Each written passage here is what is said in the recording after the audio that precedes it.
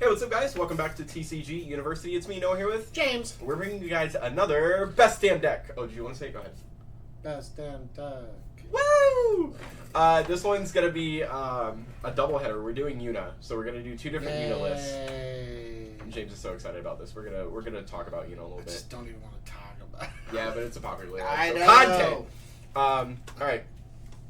So, usual housekeeping stuff out of the way. Please be sure to support us on Facebook.com/TCG University. You're on the YouTube, so if you haven't, please feel free to subscribe, like, and comment, and share. I did that out of order. You can also check out our Patreon at patreon.com/TCG University. Every little bit helps. We don't need it, but it's nice to have. Also, if you're ever looking to buy singles, you can check us out at tcguniversity.tcgplayerpro.com. Where we sell singles for a myriad of card games, not just Final Fantasy, but we also do Lorcana, Dragon Ball, Super, Masters, White Schwartz, Wig Sauce. What's another good one? We did Final Fantasy Magic. We do have Magic cards. That's funny. I keep forgetting that we have Magic cards. UFS. I don't know if you said that. Oh, UFS also was one of our previous big games. Yeah. Also, shout outs to our junior hire sponsors, which are Chris Bomley, Josh Hillers, and Sean O'Brien. Thank you guys so much for continuing to support us. And then also check out our sponsor at Dex Protection. Hopefully there's a link in the description below. At some point I should really fix that to where it just auto does this. Yeah, I might just be the one manually. We can do it after this, actually. Also, shout outs to Chris McKinney at Midwest Card Dealer, because he gives us all of our singles and usually gives us cases and places that we need for any new sets coming out. So we're going to go ahead and discuss, as usual, the core. Ooh, this mouse is spazzing. The core things. The 5 cores. So we have our the 5 cores. We've got the core, the tech, the weaknesses, the summons, and the limits of the deck. So we're going to kick it off. The 5 cores. Yep, the 5 cores. So we're going to kick it off with the core of the deck. And this is going to be specifically for the Unipile deck. So Una Vikings, basically. Vikings would be part of the core, but they're kind of a given with that list. So I thought these were cards that I think are very important to have besides just the Viking package. Obviously, Yuna. You probably could have put one Viking and just went Vikings. Package. I guess that's fair. Yuna, Minwoo, not Minwoo, Miwa, sorry. Cecil, Sarah, and Kolka. So we'll just go through them. Miwa's pretty self-explanatory. If you have read the card, she essentially just restands all of your forwards and negates any damage dealt to them. That doesn't matter. It's the ability to restand forwards is why you really use her, because she feeds into You Yuna. literally go Yuna, tap all, Miwa, ready all, and then Yuna, tap all again. Yeah, either for taxing, for dull freezing, whatever the case may be. Whatever the situation calls for. Yeah. Yuna, if you haven't figured out by now, is a super busted card, and we'll probably get into more of that a little bit in the back half of this. Yuna's a 2-drop 5k that is a Cat 10 Gold Wings that says you can tap 2 forwards you control to do one of 3 actions. Either choose an auto ability or summon. I said 2 forwards. I thought you said 2 Gold Wings. She's a Gold Wing that says tap 2 forwards. I swear you said tap 2 Gold Wings. If she said 2 Gold Wings, she'd be a lot more balanced. I think she'd be balanced. I said earlier she should say tap 2 10s. But she says tap 2 forwards you control to choose one of 3 modes. You can either make your opponent pay 1 on a summon or auto ability that triggers, or else you cancel the ability. You can choose 2 forwards and dull them, or you choose a character and freeze it. Mainly, the issue with Yuna is her tax ability by just offloading a bunch of forwards, and then your opponent has to deal with the fact that even if they try to board wipe, you're just going to out-tax them on it. Or the fact that she offloads a bunch of forwards and keeps your board religiously or regularly, whatever, what's the word? Vehemently tapped. I don't know the exact wording. Regularly tapped. Yeah. Sounds weak. Okay. Like sitting. Shout outs. But yeah, so that's what Yuna does. She doesn't seem like a lot, but honestly, she is like the driving force for a lot of decks. She's the most annoying thing to do, to just watch her opponent play like 4 dudes or 4 or 5 dudes and then just drop Yuna, and it's just real annoying. Sometimes I've watched shout outs to Tristan, by the way. I've watched Tristan play where he just goes play a forward, play Yuna, and then because he knows he's not going to do anything else, tap and freeze your backup, which stunts people. And from then on, he just starts offloading Vikings. It's and like hilarious. You do a turn 1, you just go play 2 dudes with Yuna, and then like, oh, I'll go to search my thing, pay 1 more. Yep. Like, pay 6 for your pay 6 for your Kolka or your Sarah. Like, it just... Sarah becoming a 8 cost is funny because usually people are pitching cards directly out of hand for Sarah FFL. Or Kolka becoming a 6 cost is funny. This or King Tycoon becoming a 6 cost is technically funny because usually people will just off play them straight from the rip if they don't do it early enough. So yeah, it's terrible. We'll get annoying. more into her later, And though. it just gets more egregious. Next is Cecil. Cecil's a 5-drop 8K cat for Paladin that says that any characters you control, if any characters you control are being targeted, one or more, by the way, so it doesn't just do it for each individual one. Characters you control are being targeted by an ability or a summon, your opponent pays 2. If not, you cancel the effect. So it's just another tax engine. Basically, it's there to protect Yuna, is one of the main core functions of it. Sarah is there to search for a princess, prince, or king, which means she's basically there to search for Kolka, who will end up searching for either the Earth Cecil or Galoof, which I think I put in the text. We'll see when we get there. But if not, we'll talk about it and anyways. Then depending on the deck, Tama, Seraphi, or depending on what you already soldier have. candidate. Yep. Yeah.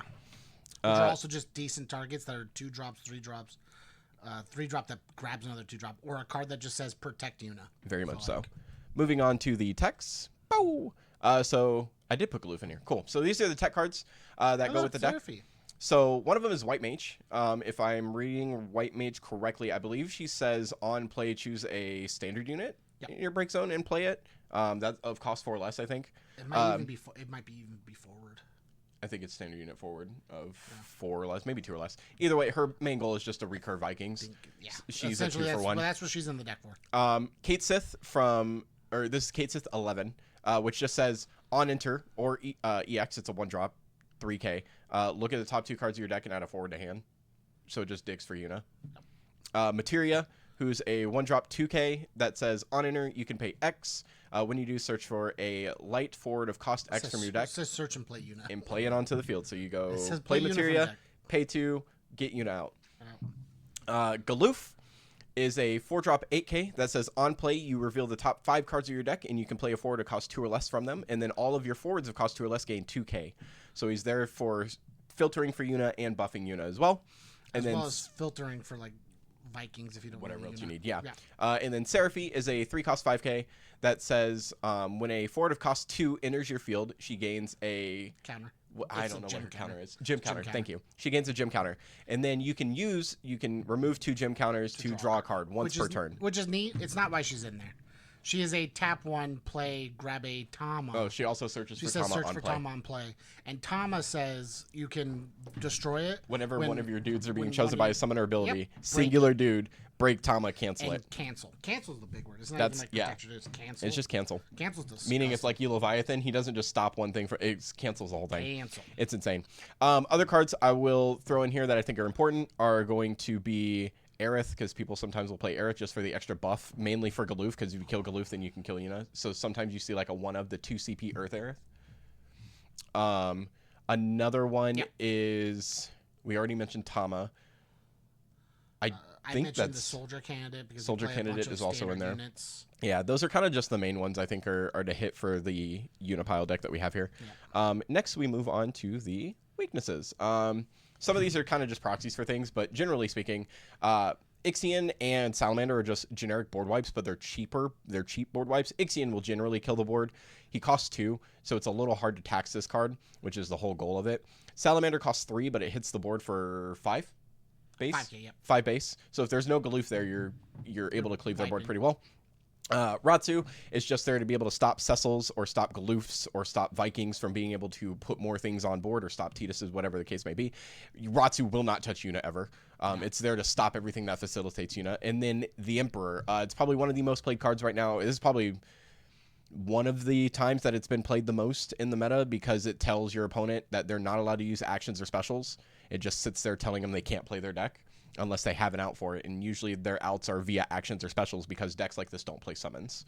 They put everything into forwards and like the small space they have for their backups. It's also really good versus the Refia matchup too. If it is pretty solid during the Refia matchup. Telling Refia that she's not able to get rid of your dudes is really good. Make them work for it. The only, because even wool shot doesn't work. The only thing that works is Ferris. You can wool shot into Ferris and still get it, but like it's whatever. Well, wool can't tap though. That's the thing.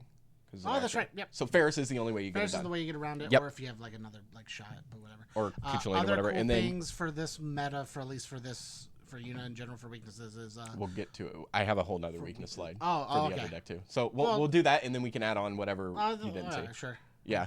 And then Kuchulain also, because Kuchulain just blanks cards, so blanking cards and drawing is really good. He's a 1-drop, so it's really hard to tax the card. Also, fun fact, if you blank Materia and Yuna die. Yep. So that's cool. That's really how you kill it. 2 for 1. Next, my mouse. We move on to summons. So this deck doesn't play summons. If it was going to play summons, these are the ones I think it would play. I think you're missing some. I only ever put 5. Yeah, I mean, I think there's better ones. I guess. I don't know. Fanfurt with Vikings is never bad. No, it's not. You're right. But I think you should play Fenrir, the 1-drop. For protection? Yep. Sure. I feel like she already has enough, but fair. But I mean, it's a free spell. Fair. It doesn't cost fair. So we'll put 1-drop Fenrir in there because it protects like, 2 or less forwards summons of are summons. Like the big thing that will kill you. Yeah. Mist Dragon is Mist Dragon. It's good removal. It's good protection. And at worst, you can cancel summons with it if Yuna doesn't work. Kusith just picks up anything that you need, which is really good. Fanfrit is a 1-for-1 trade, but usually killing off a Viking doesn't feel bad if you're got to play the Viking back again, or you draw a card off of it. Leviathan is probably one of the best EX cards in the game. And then Kuchulain is Kuchulain. It just blanks things, and blanking and drawing a card is always good. There's never really a bad part. I have more, but it may be in the other one. It might be. We'll get to it. We'll see. And then lastly, for this list, the limit breaks. These are the cards I think are the most important cards in the limit break. I could throw Noctis in here as well, but I think I threw it in the other one, so we're fine. It's too expensive for this deck. You would think, but him just picking up Yuna and having him and the ability to play her, it's 2 forwards, so it's always something. So we have Mott giving all of your dudes Brave is insane. It's crazy. Still use Yuna. Yep. Usually what happens is they play Mott for like either a real push turn or the game turn, and they'll swing with 2 dudes, and then they'll tap them to do something. Graph is just generically good. Usually, I don't think they steal a lot in here, but I think Graph is used for removal. For hitting the Vikings. Yep. Because they remove. Or actually, I lied. Graph is used for getting rid of Miwa, so you can replay Miwa. That too. Yep. It's mainly Vikings because when they leave you still get to your ability even if you're. You don't have to go to break zone. Leo is Leo. He's just a pay 3, draw 1, and put a body on board. Lunafreya is pretty self-explanatory. There's not a lot of EXs in this deck, so Lunafreya is a little iffy to put in, but she's usually there just to dig for Yuna. And then Tidus is just a all-around powerful. It's probably one of the best, if not the best, limit break still in the game, with his ability to bottom deck a forward, top deck a backup, and draw 2 cards. So he kind of replaces himself slightly. Ever so slightly. He makes himself cheaper. But we'll move on. I gotta close all these bad boys out by doing this. Bam. To the next one. So this is gonna be Cat 4 Yuna. Cat 4 Yuna is one that's been seeing a lot more play than just the Yuna pile. Tristan was playing a lot of Yuna pile, and I just saw recently that it looks like at least once he's migrated over to Cat 4 Yuna to give that a shot, and he's still topped with it. I think he actually won an event with it. We'll get at that too. So the usual suspects we have are going to be Yuna and Cecil. We also have the 5 CP Cecil that has the alternate cost to pay a water and an earth. If you do so, you take a point of damage. We have Rosa, because you're playing Cat 4. She makes all of your Cat 4s color free, basically. She makes the Cecil free. Yeah. She draws a card when a Cecil enters the field. So typically what you do is you put Rose out, you put out Cecil, you draw, and then you take your damage, or you take your damage and draw. I don't think there's any statistical way to choose which one's better. And then we have Sid Paladina, because Sid Paladina will get you any of your Cat 4 cards you're missing to start your game plan off, which is why I have him in here. And this deck is primarily water, wind, with splashes of earth and like a tinkle of fire. Anything you want to... No, you're fine. Cool. Moving on to the techs. Oh, I got a boop. And boop. Cool. So these are the tech cards of the deck.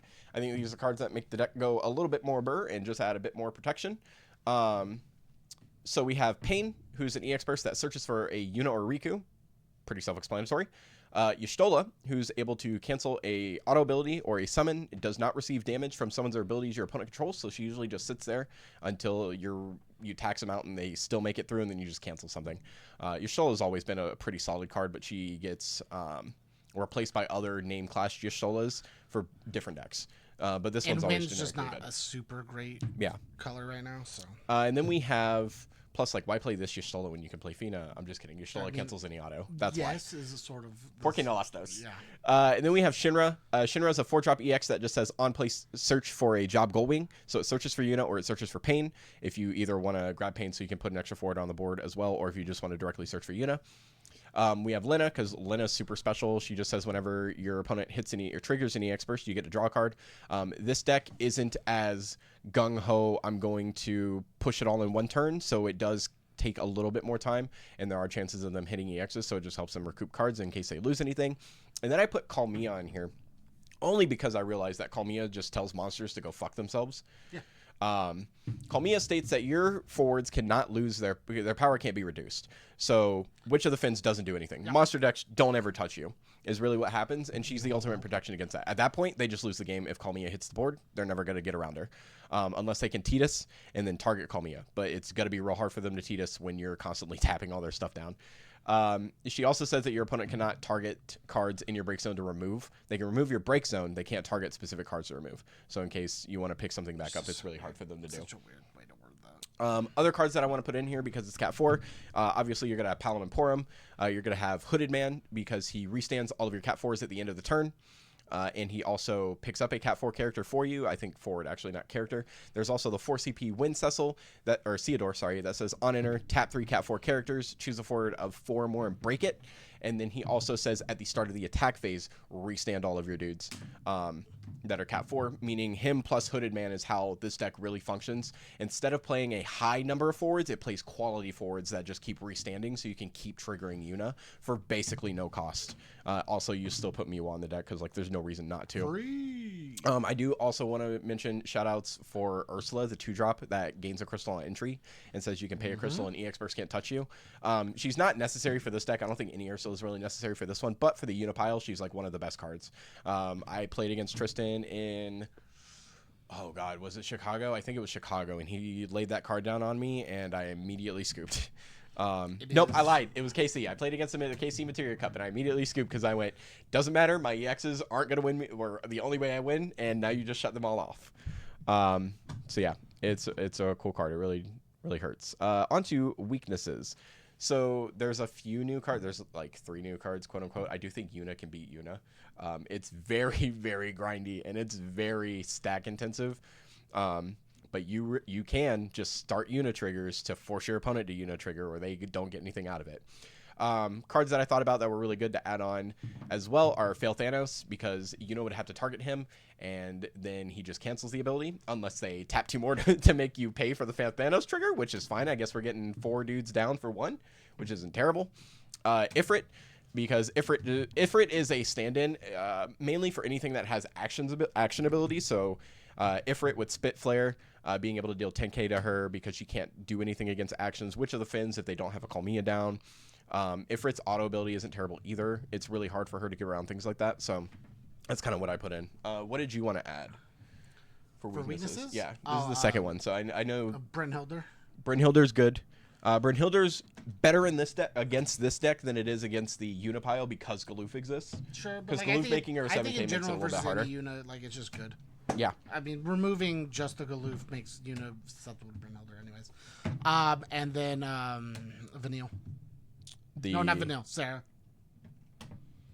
The new Sarah. The Lightning Sarah.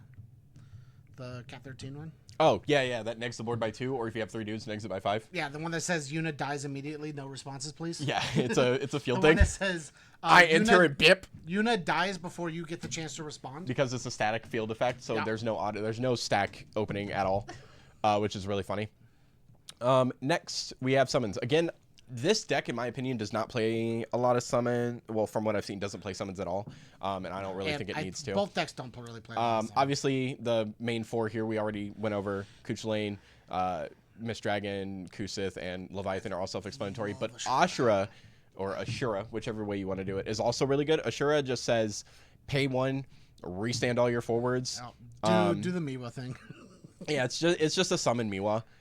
Also, is she damage 5 you gain or is it just static? She gains the ability for all of your forwards not to be bounced. She gets one forward cannot be bounced. If it's at damage 5, all forwards cannot be bounced, right? I believe so. Something like that. That usually doesn't come into play. That's cool.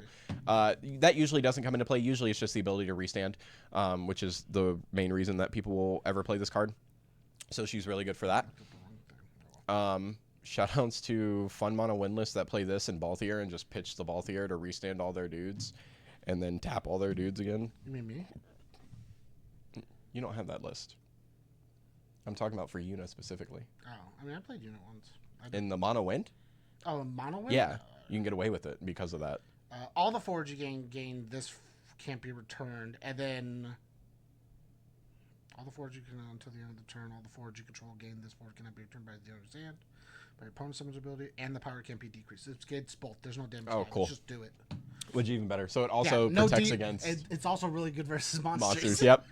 And then lastly, we have the limit breaks for the Cat 4 list. So this is kind of what I've seen the main just the limit breaks being. Vaja, just because it's a fight trigger and it's a good way to kill something. Yeah. Noctis recurs anything that you really need, which is pretty good.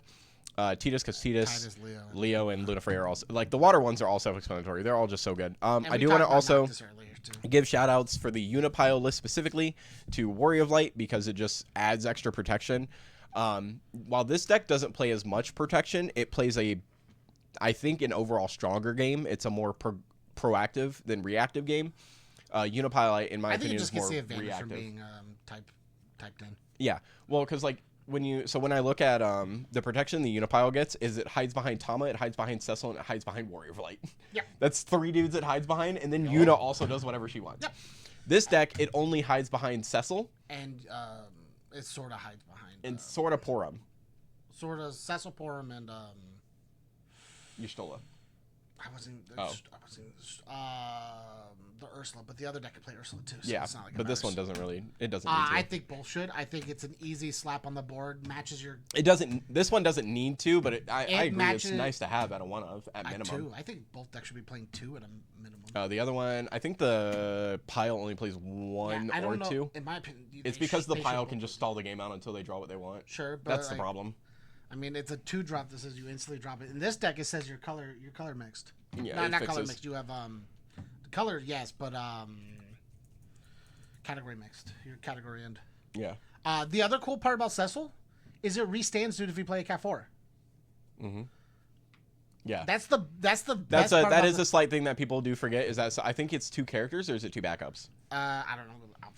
Cecil also does state when he comes into play, he plays a character of cost 4 or less from hand. Yep. If it's a Cat 4 character, I think it's it's reactivate 2 backups. Yeah, which is pretty good. Which isn't terrible. Usually, I mean, he's either playing like Miwa's. The fun thing with Cecil is that you don't declare what you're playing until you just declare that you're going to play a thing, and then your opponent chooses if they respond. So depending on what they do, depends on what you play out of hand. Choose 2 backups activate. Yeah, which is really funny. Literally just it readies your Leo for a draw, which gives you another character. It readies things like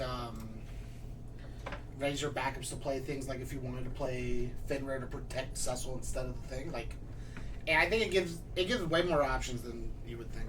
So those are the 2 Yuna lists. There's so many different Yuna lists, honestly. But those are the 2 main ones. Those are the 2 I think those are the 2 best ones currently. Yeah. Shout out to Brian for I think he's the Brian C. Is it?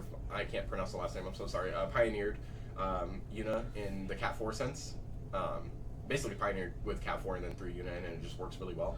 I think KP is the one to create the Unipile lists. He played it for a bit, and then Tristan kind of took that list and just been running with it. Shout outs to all of you. You guys are amazing and great at the game, honestly. Building these decks is insane. Now, I will say, I hate Yuna, and I love Yuna because she's Cat 10, but I hate Yuna for the way she plays. James, why don't you go ahead? I think you have more gripes than I do, so. Yuna needs to be banned. It's just the. You don't think limiting her is fun? I don't think limiting her is going to work. Limiting her is just going to make it to where you protect Yuna. Because here's the thing. They already do. It makes it to where you just play Yuna when you can win the game, which is mostly what a lot of the decks do anyways. But if they get it early, they can just slap it down and not care. And then it just becomes, well, I built Cecil Galoof and Tama. I'll play Yuna now. Have fun touching me. Yeah. They can play their entire deck and then play Yuna at the end and not care, which is what Yuna should have been, which was a I capitalize and end the game here. Mm-hmm. And Yuna's just being played as an aggro thing, and there's no way to fix that. So, let's be realistic, because we know they're not going to ban Yuna, because they're not going to ban Legends. They need to ban Yuna. But they're not going to, right? I mean, if they we limit know it, they didn't if ban they Chaos. limit it, sure, whatever. They didn't ban Chaos. And here's the thing, but what they did to Chaos made it to where it's still playable. They restricted You're him. just never going to play it. They restricted him. They limited Sophie. Those are the only two like technical things. I still think Chaos can be played at a competitive level. Limit Warrior Light. Hold on. I'm just gonna rant a little bit. This is gonna be a little bit of a podcast thing here podcast too. at the back. Because that was kind of the point of this, is that we were gonna do a double best damn deck for Yuna, and then just kind of spurred a little bit about why we think that card's slightly a problem. As cool as Yuna is, and I will never say that Yuna is not a cool card, and her design is really it should have awesome. just been kept tense. She does too much for too little. She is probably one of the most splashable cards in the game right now. Just by herself, she propels decks into an even higher tier, which I think is crazy. Honestly, I think if you could throw Yuna into a Scions list effectively, you don't have to, but really you could. You could and it would still be fine. spam dudes in Scions. So that's fine. Like it would be fine. I want you to know, we were looking at this. I forgot a deck I was going to build with Yuna, and I'm going to go build it after this. What deck was it? Waff. Oh yeah, that was a thing we were going to do. I've been wanting to. I wanted to build a Waff deck, but like there's no like good list. And wait till Sid comes out. Do you know how funny the new Sid Waff? Haven't seen it. Oh no. Have you not seen? Yes, you have. I showed you a picture of it. The 2-drop backup that says if they trigger an EX, they discard. Oh, I don't think that card's good. That's why. That card's funny! It's funny. It's not good. Can you imagine pairing that up? Can you imagine pairing that card with Lena and then going, hey, I'll draw, you'll discard? Yeah. Okay. I like it. I don't actually remember. I think you might have told me. I don't think I've actually seen it. I showed you the picture. I don't It's in your messenger. I'm going to have to look at it later. But yeah, I think that card's funny. Honestly, I think that's a really good card for Ice. One of Ice's biggest issues is EXs bring your opponent back into the game, and now you're kind of balancing them and they're not getting back in, they're slightly coming out. It's a 2-drop though. Who cares? Well, it's a 2-drop, but I could also play Snow and the Searcher. We'll get there. I'm spamming my ideas. So yeah, my gripes with Yuna, I think the problem is that honestly, she does what Wool did, where people are essentially getting to a point where they just throw her in a deck because they can, or they start building decks that function around Yuna specifically. And I think that limits, this is going to sound so cliche, it limits deck building ideas. I already think Final Fantasy players are bad at deck building. You're going to get crucified for that one. That's fine. I think most Final Fantasy players, this isn't talking to most of you top end players. Most of the top end players. Who are you specifically calling? I'm not actually specifically calling anybody out. I'm calling out everybody else that thinks they're a top end player that's not a top end player. I think Final Fantasy players are really bad at deck building and are very good at copying deck lists offline. In playing decks. So net decking. Yep. I think they're very good at net decking, and that's fine. It is a very fine thing to do. I think Final Fantasy has so much room for growth when it comes to deck building. But the problem is the meta right now has been the same since it was set 18 or set 19. One of the decks has been virtually the same. The main pillar of the deck has been the same since set 19, and it's still a main pillar. Yeah, Wool, and it's still the main pillar right now. Actually, the only thing right now that's been able, in my opinion, that's been able to comfortably like at their deck building skills because it's been the main deck. It's just that's been the main deck for so long because people don't want to not play. Because it's the most consistent deck to play. People are more worried about winning than they are enjoying the game, and I hate that. Yeah. It's the reason I love diversity for UFS. Yeah. Was it made people deck build, and it made the game a lot more fun. Yeah, but usually they were just side characters. Only sparingly. We actually didn't have too much of that. Yeah, I think my biggest issue with Yuna is she does too much for too little. She's a low cost forward. Sure, you can obviously draw the outs like a thing that you can say, but I think it's really hard to reliably do that when Yuna can keep telling you no. I think draw the outs is a fine statement if we're playing best 2 out of 3. Yeah, I think that's fine.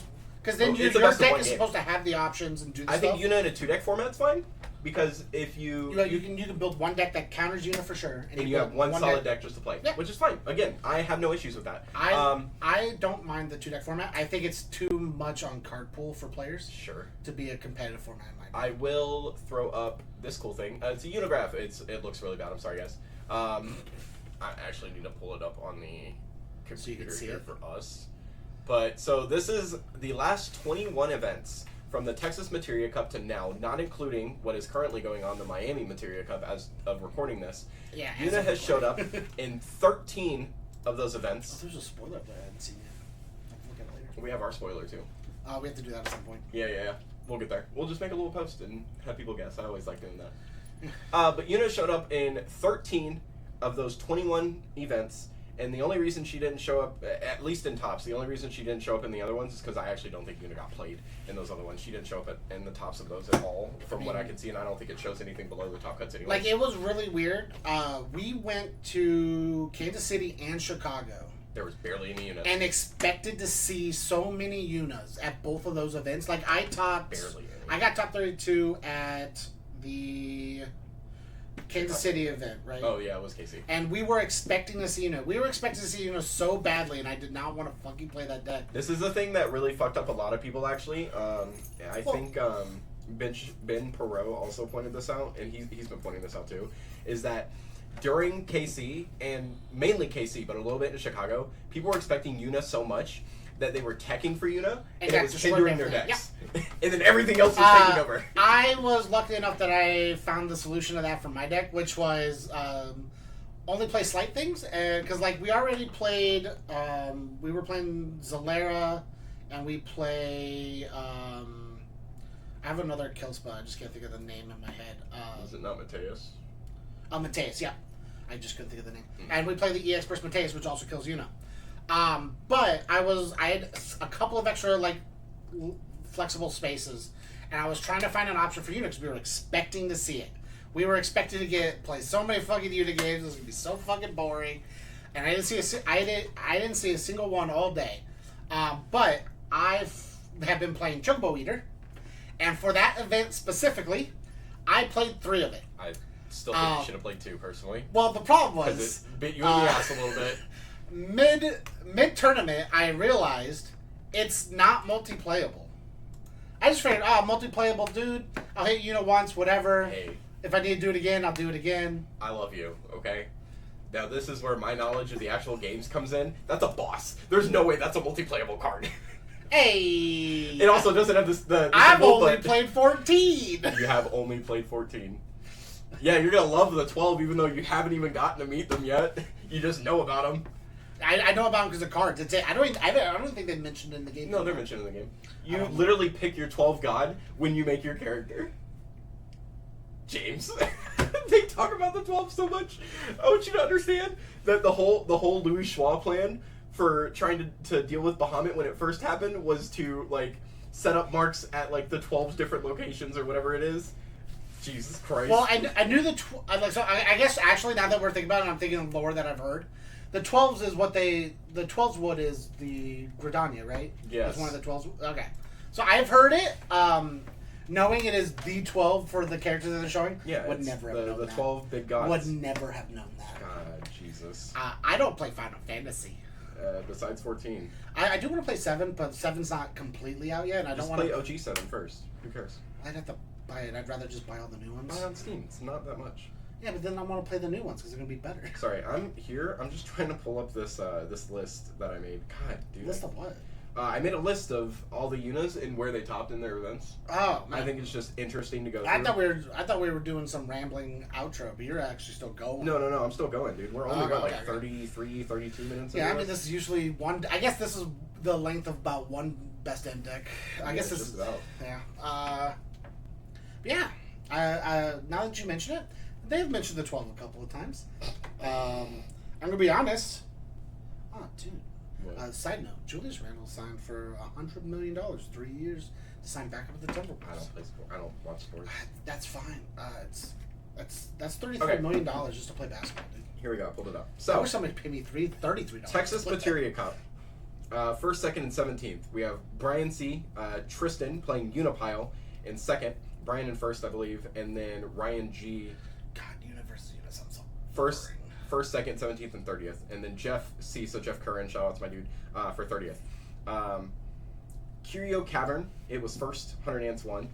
Cedar Rapids, it was 1st, Tristan won. And this is, I think, the last time I see him play Unipile for these events specifically.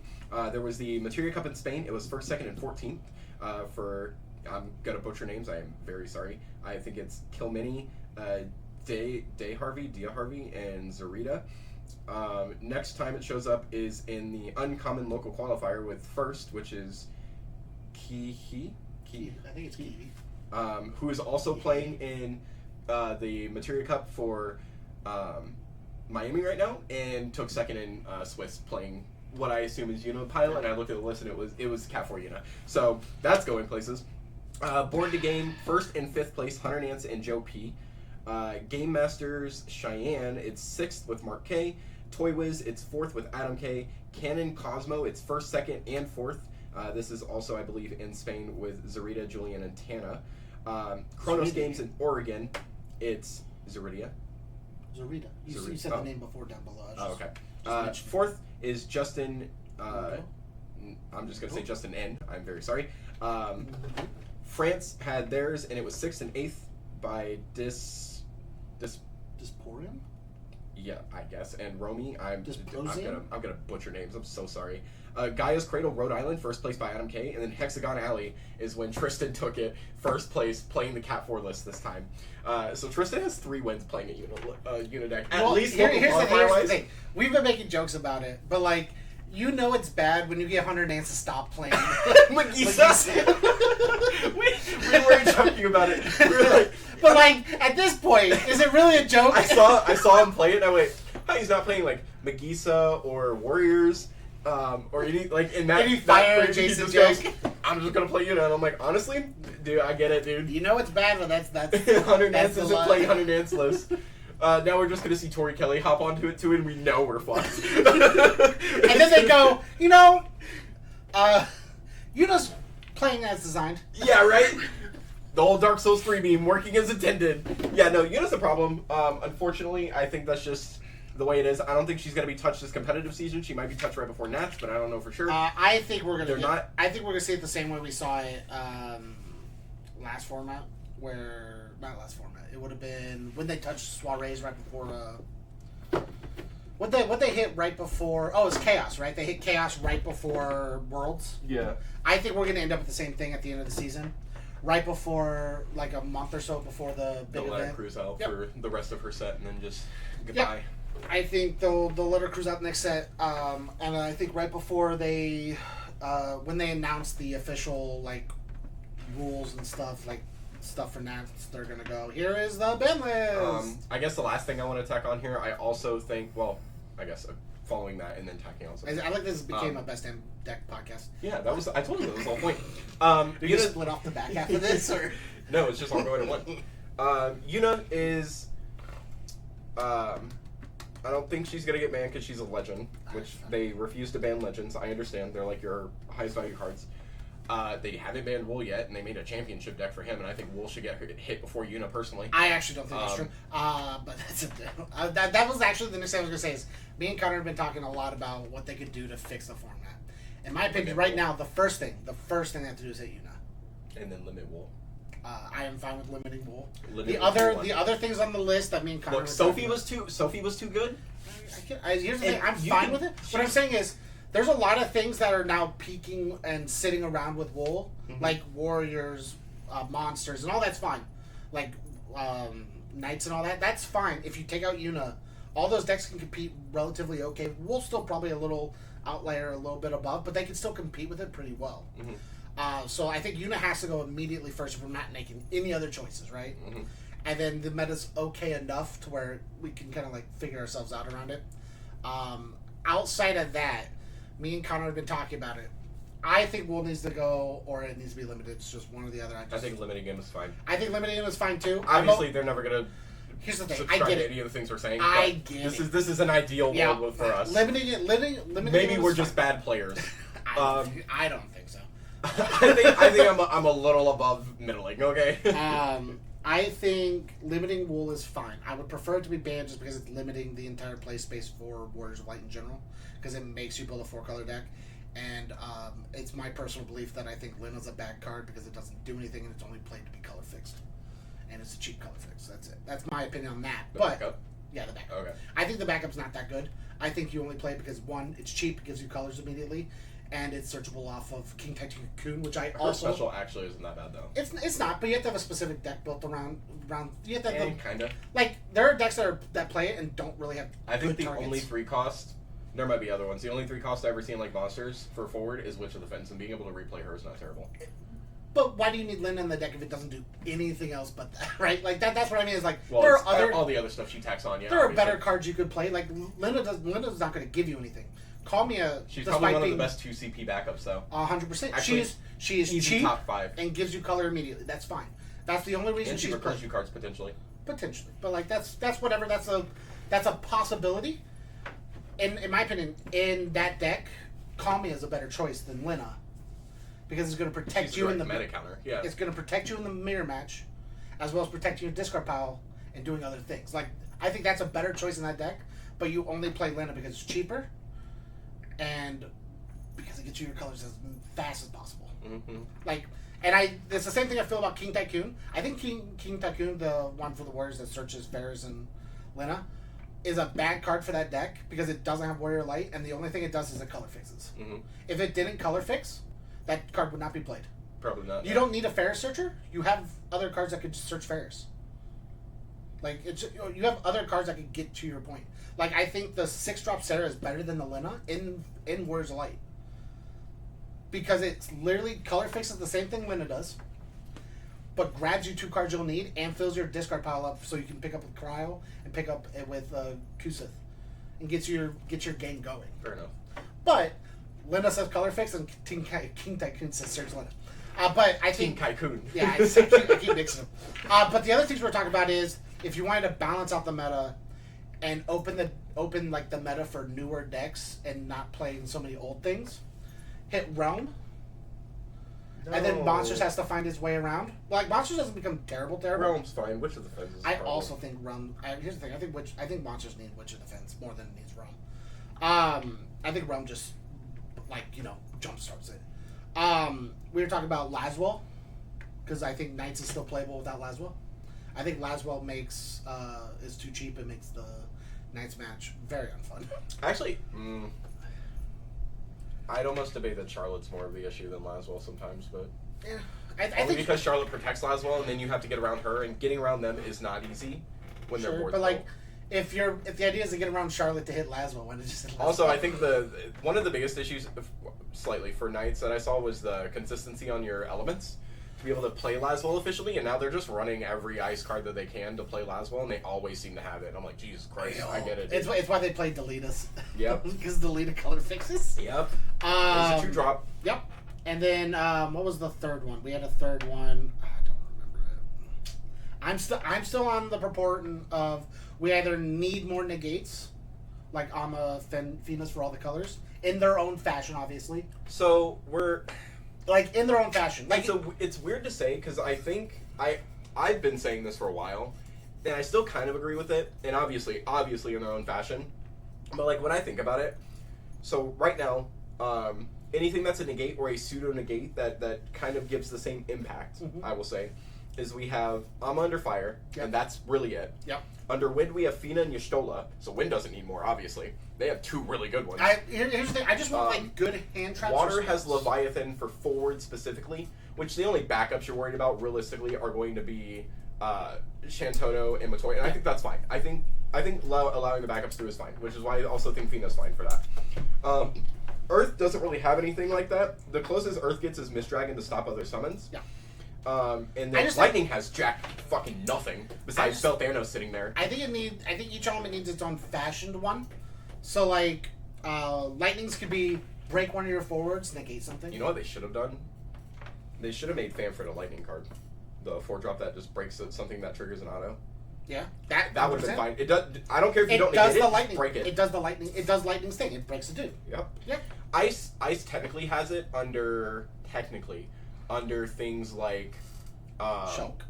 Not Shulk. Well, Shulk is actually just a main one, but also not Shulk, but Princess Sarah, or is it Ice Sophie? Is it Sophie or Sarah? Sophie as the tap they pay 2 or you cancel. Yeah, there's also the Lassie that says you can pop it and they have to pay 2 for like Sure, but I want hard negate or hard response. Like I want an actual negate. You don't want tax negates. I don't think tax negates are actual negates. I think tax negates are taxes. Sure. Yeah. I think every deck could have like a tax too. I think like a tax card. I think that's fine. Like lightnings could be you have to break a dude to do a thing on certain cards. Like I hate the aesthetic that only fire can break things, or only fire has the good negates. Wind has to build a bunch of backups to negates, which matches Wind Sting, which is storming basically. Which is fine. Yeah. Water has bounce your dude if I want to, or just hard negate. Nobody ever pays the kicker cost on that. No. Never. I think it would be better if it was pay the kicker cost, bounce 2 dudes, bounce one of yours and one of theirs. Give you the chance to replay something if you want. Sure. Gives you, it just would have made it a little better. I think currently... I just think other elements need negates. One of the things I've seen right now... I think this is the most ramble podcast. Yeah, it's going to be like that. We talked about Yuna. Yeah. And we're... I think one of the things... You could also split this off on the back end if you wanted. I guess. That's a whole lot of work to do. You can do it. You can do like a to be continued. Check out the podcast here. And then we can schedule our spoiler and do the spoiler right after. Sure. So I would also want to put out the fact of, as it stands right now, ETBs and autos aren't, in my opinion, too big of a deal as much as actions and specials are right now. Mainly because Yuna's an action special deck and Refia's an action deck. Yeah, the biggest problem is the two biggest decks in the format right now are actions. Are action based. Wool's an action deck. Or sorry, Wool, Yuna, Warriors, and Knights are all action decks. Yep. The 4 biggest decks in the format are all action decks. Monsters, 5 action deck.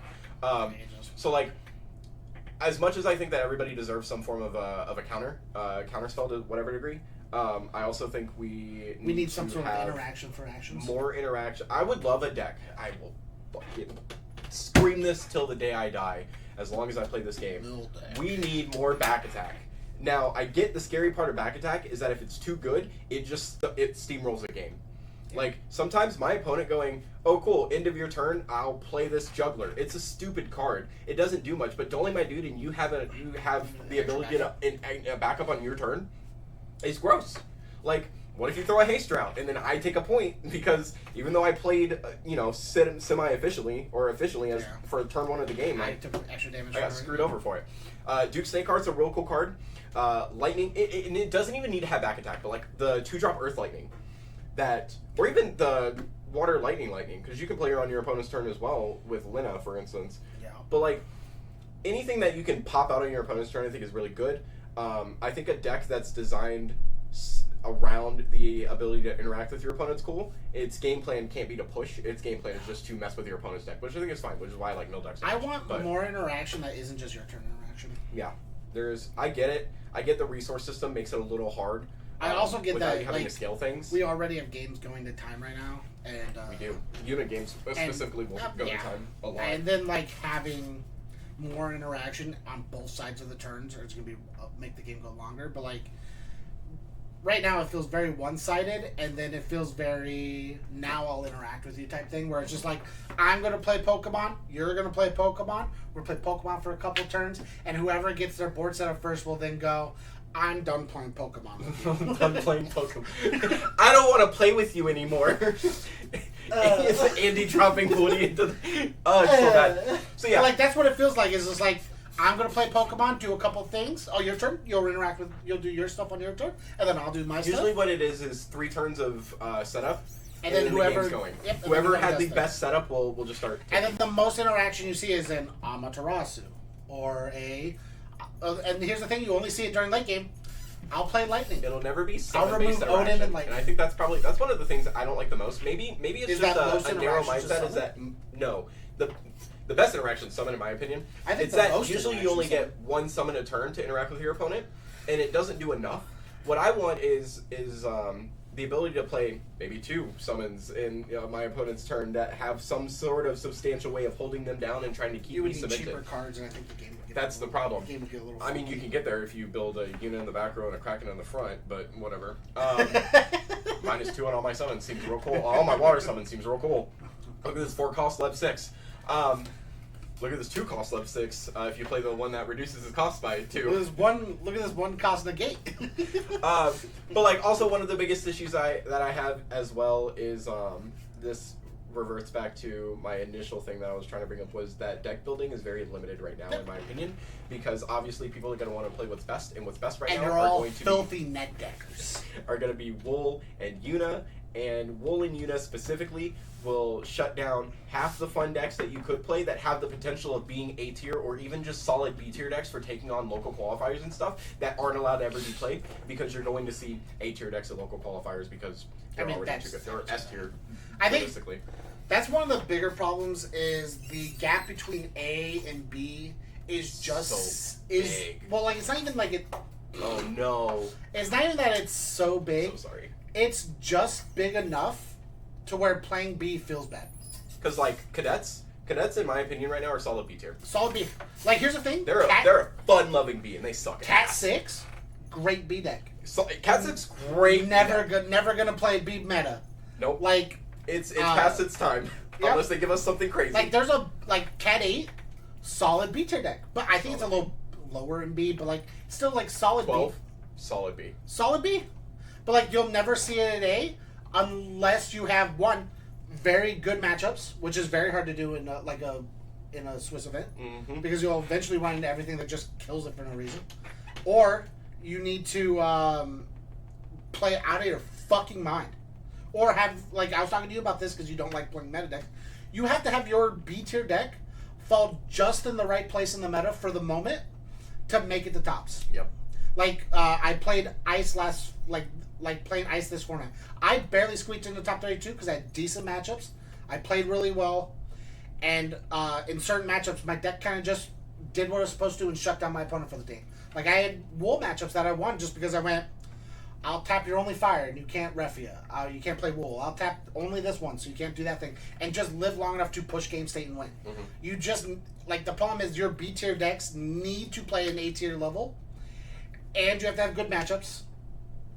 And you have to not see the things that just auto-kill you. Hey, we should redo our tier list from...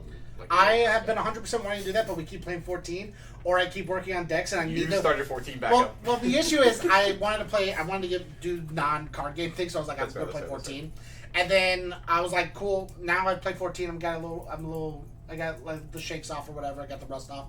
Or like, I guess not the rust, but I stopped not wanting to not play games. And I went, cool, I'm going to functionally change some of my stuff, take some decks apart, re-sleeve some stuff. And I can't do that and play 14. I can't do that and do something like work on like the tier list video, because I have to actionably do stuff to set that up. And don't worry, guys. We have more best damn decks coming until the end of the season, which includes hopefully more podcasts that isn't just this half and half podcast. Yeah. We'll have a real podcast maybe. Yuna's a problem. Hashtag unbandoga 2025. Yeah. Unbandoga 2025. I like the summoner archetype, and I like summons and God. Do you know what I really want to do? Huh? I want to go back to the light event we went to, right? Down in you didn't go. California. I didn't go. You didn't go. I want to go back to that. Copy the Doga decks. And just play Go Format Doga head to head. So bad. Mashari was the problem. Like, I want to like copy paste those decks, and then we just play Go Format Doga, and then we can just call the video hashtag Free Doga 2025. I want you to know, if Sophie was still at a 3 of, I actually think she'd be a slight issue now. She'd be more consistent, obviously, because now not only do we have 2 dudes under her colors that play her, which was Ursula and Lina, we have 3 because Kadar Bash exists, who will also just fish her back out of the break zone. Do you think Sophie Yuna would be a problem? Sophie Yuna, actually no. You don't think so? No. Yuna protects Sophie? I don't care too much on that. Sophie is the problem by herself. I understand why they limited her. Justly, they should have limited her. I mean, that did nothing. And then they killed Sildra, which was also really good, because Sildra was part of the issue. I missed that card. I will never say I don't miss that card, but I understand why it doesn't exist. That card won me a game with Sophie. What if they made it a 6-drop? Sildra? Yeah. Still gross. But I think it's more fair. Search for 2 still? Yeah. Nah, I still think it's gross. You think pay 6? You know why? 2? You know why it's gross? Why? Because I'm just going to play Summoners and cast it for free anyways. Who cares? This is the only reason you want to do it anyways. Like... but give us more topics you want to... And it hits Cat 5 cards. So it also gets you your Barts for Bart specials. Yeah. That's gross. Yeah. Give us more topics. We obviously rambled here to have some fun. But we'll talk about things if you guys want to hear us talk about topics. We're bad at the game. What are you doing? Oh, I'm just laughing to myself that you went, yeah, you guys are bad deck builders. Oh, yeah. The only thing I see people do is either... Oh, we're canceled. Yeah, I mean, it's whatever. If you got a problem with it, talk to me in the comments. That's fair. James will... I do nothing but build non-meta decks. Same. For bad reasons. You know how many times I've rebuilt Kingsglaive right now? At least 7. Do you know how many times I've rebuilt that fucking Tri-Pirates deck? And to end up in the same point and same thought of, man, I wish this deck had a kill spell. Plays the game. Real good. Not a kill spell, just real good. Yeah, thanks for watching, guys. Hope you enjoyed. Like, comment, share, subscribe. And as always... Stay